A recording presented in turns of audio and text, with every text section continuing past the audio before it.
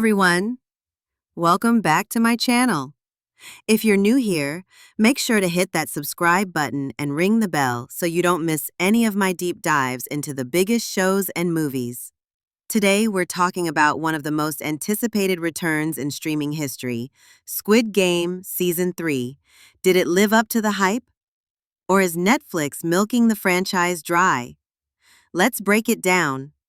All right, before we dive into Season 3, here's a quick recap. Season 1 shocked the world with its brutal social commentary and high-stakes survival games. Season 2 took a more psychological route, expanding on the frontman and Gi-hun's journey into the heart of the organization. Now in Season 3, the stakes are global, and the tone? Much darker. But is that a good thing? Squid Game Season 3, the final season, picks up immediately after the events of Season 2. Gi-hun, having failed in his rebellion against the frontman and his mission to end the games, is brought back as a contestant. The failure of his rebellion and the consequences of Season 2 significantly alter his mindset, playing a crucial role in the Season 3 storyline. Here's a breakdown of the story and pacing. Let's start with the stories. Starting with the continuation of Gi-hun's journey. Gi-hun is forced back into the games, this time battling his internal demons and striving to find some meaning in his situation. His initial motivation for revenge shifts as the season progresses. Continued search for the island. Jun-ho, the detective, persists in his quest to find the island where the games are held. New character arcs. Characters introduced in Season 2, like No-yul, have more defined missions and roles in the aftermath of the Season 2 finale. Darkest developments. Season 3 delivers some of the series' most emotionally challenging and dark developments. Thematically rich, the season explores the game's impact on the remaining players, highlighting their fight to maintain humanity amidst dehumanizing circumstances. Unsatisfying conclusion, according to some reviewers. Some reviewers found the series ending in Season 3 to be unsatisfying or frustrating. Focus on core themes. Despite the dark turn, the season remains focused on the central themes that have defined the series. Now let's talk about the pacing. It was a fast-paced start. The first episode of Season 3 kicks off with a high-tension opening scene that establishes a quick pace. While maintaining momentum, the season generally keeps up the momentum, juggling both the unfolding games and the supporting storylines. Potential for slowdowns. Some reviews mention that the pace can feel lumbering at times, particularly with prolonged quests and cuts to less impactful scenes like the VIPs. This feeling is particularly apparent in the second half of the season, which stretches out a single round of games over a long runtime. The final games. The games in Season 3 are more elaborate, more cinematic, and, let's be honest, are way more brutal. Squid Game Season 3 features 3 main games, each with brutal consequences. Maximizing hide and seek. This game involves dividing players into 2 teams. One team, equipped with knives, hunts and eliminates the other team, who are given keys to unlock escape routes. The hunters must kill at least one player within a 30-minute time limit, or they face elimination. Jump rope. Other players must navigate a bridge while a large, rapidly swinging rope controlled by the 2 dolls, Young-hee and her boyfriend Chul-soo, sweeps across. Timing is crucial to avoid being hit, but the real threat comes from other players pushing each other off the bridge. Sky Squid Game. This final game takes place on 3-tiered platforms, square, triangle, and circle, at great heights.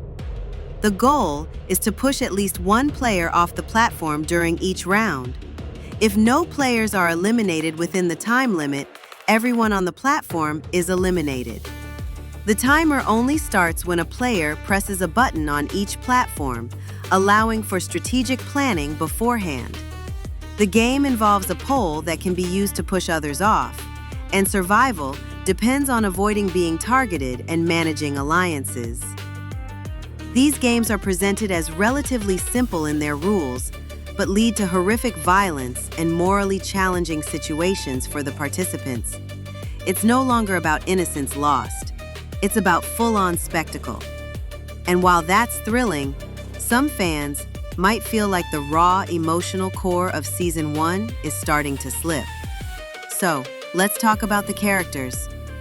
While Squid Game Season 3 does not introduce entirely new major characters, it features returning characters like Gi-hun, player 456, who continues his transformation from desperate survivor to morally conflicted insurgent. His arc is gripping, but at times, it feels like he's become too detached, almost unrecognizable from the man we met in Season 1, the frontman, and Hwang Jun-ho, along with new players and guards.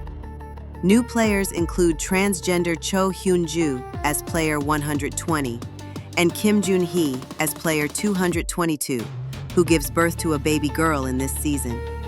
Also, Kang No-ul, who is guard number 11.